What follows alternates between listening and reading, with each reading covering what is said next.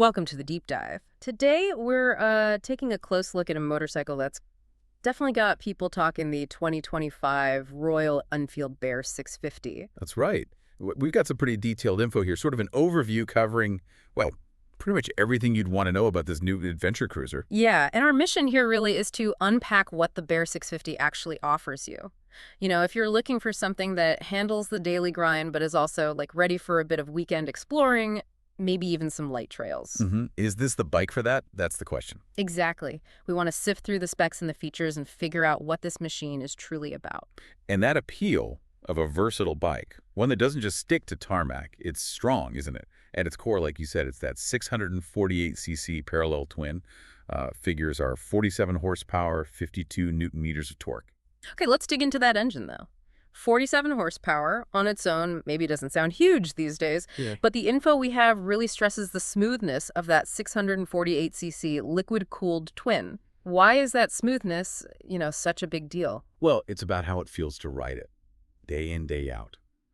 That electronic fuel injection, the EFI, that definitely helps. Keeps things consistent, good on fuel too. But the real story is that torque figure, 52 newton meters, and it comes in pretty low down, around 5,250 RPM. Right. So you get that pulling power, that grunt, right where you typically need it, accelerating from lights, pulling up hills. It's accessible. So it's less about raw top-end speed and more about having usable power for, well, real-world riding. The source mentions it's good for climbs and maybe some rougher stuff specifically because of that torque. Sounds like it's meant to be forgiving, manageable, even when the going gets a bit tougher. Yeah, usable is a good word, and you see that reflected in the design too. It's not trying to be, I don't know, a super aggressive sport bike or a hardcore dirt bike. It's got that retro modern thing going on. Just popular. Very. You've got the classic round LED headlight, spoked wheels are a nice touch, and the bodywork is pretty minimal, quite clean. It has that classic shape, yeah, but maybe a bit more purposeful. The details mention raised handlebars, a decent windscreen, a kind of muscular fuel tank. It hints at more than just cruising, doesn't it? Definitely hints at adventure. It's Yeah. like a nod to the past, but ready to explore a bit. And that rugged feel isn't just for show, apparently. The build seems solid, sturdy frame, those high-clearance fenders, to stop mud building up. And skid plates underneath, that's important. Practical stuff, suggesting it actually can handle some light off-road bouncing around. Okay, so the look is classic-ish, but it's got modern tech, too. What stood out for you on the electronics front? Well, dual-channel ABS is standard. That's just a must-have safety feature these days, really. Sure. But optional traction control is interesting at this price point. Good for slippery roads, extra confidence. And then the ride modes, rain, road, and off-road. How do you reckon those change things for the rider? Well, you assume rain mode softens the throttle, makes the traction control maybe more sensitive, right? Avoid slipping. And off-road probably allows a bit more wheel spin, helps you keep moving on loose stuff. It's about tailoring the bike's reaction, giving you more control depending on where you are. Exactly. Tailoring the response. Yeah. Now, thinking about longer rides or bouncing over varied ground, comfort is key. What's the story with the ergonomics? Seems rider-focused. Mid-mount pegs, wide bars. Sounds like a pretty natural upright posture, less strain. Yeah. The source also makes a point about a plush saddle, which, matters a lot after a few hours. Seat height's just under 32 inches, 31.9, I think. Seems pretty accessible for a lot of riders. That accessibility is definitely a theme. And speaking of handling different terrain, let's talk suspension and ground clearance. Critical stuff for an adventure bike. Right. What jumps out is the front suspension. Upside-down forks, and they've got 200 millimeters of travel. That's quite a lot, actually. More than some older adventure bikes had. It is, yeah. Suggests it can soak up bumps pretty well, keep the front wheel planted on uneven ground, and the back, a monoshock, fully adjustable for preload. So you can tweak it if you're carrying luggage or a passenger. Useful. Very useful. And that ground clearance figure, 200 millimeters, just under 8 inches, that's significant. Lets you clear rocks, ruts, without scraping the underside.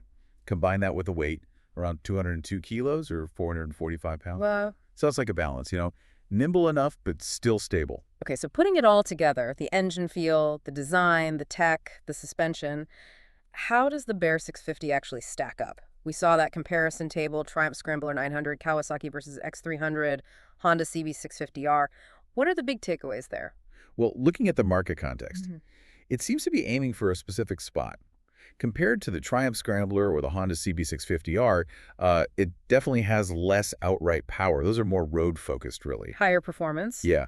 But the Bear hits back with way more ground clearance than any of them. That really underlines its sort of all-road intention. It's a different take on Scrambler or Adventure. And versus the little Kawasaki versus X300, often seen as an entry-level adventure tour. The Kawi is lighter, yeah, probably cheaper still, but it's a much smaller engine.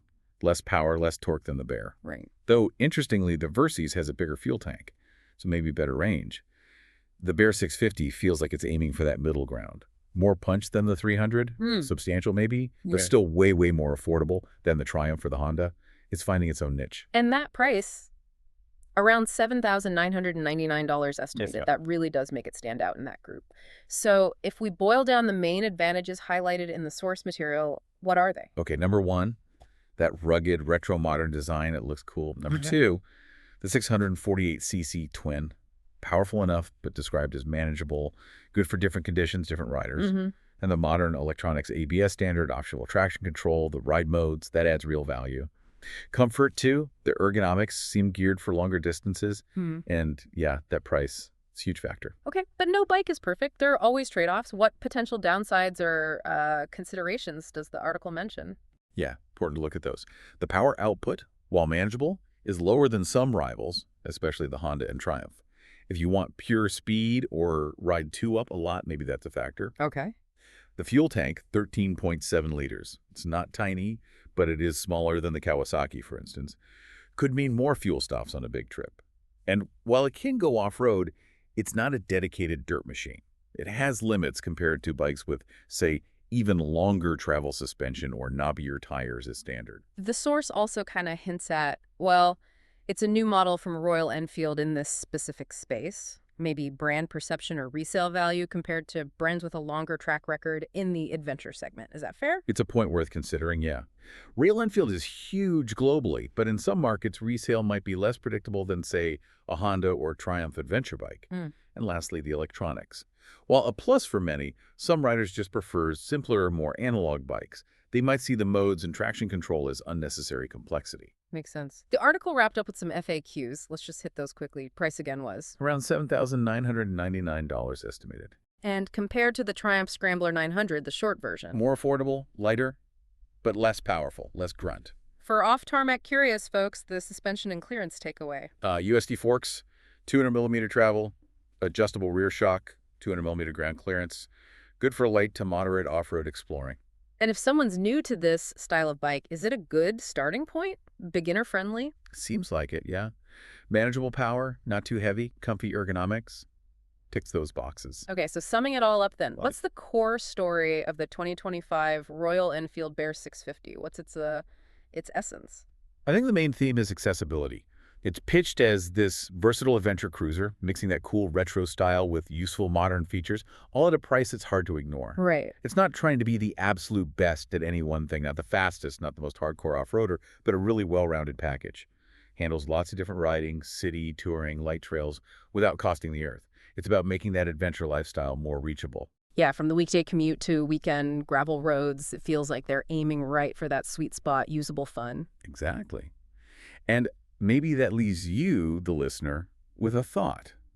In a world full of expensive high-tech adventure bikes, does the Bear 650's approach, focusing on value, balance, capability, and that distinct style, make you rethink what you really want or need from an adventure bike? Maybe the real adventure isn't always about having the most extreme specs, but just having a capable, fun partner to go exploring with.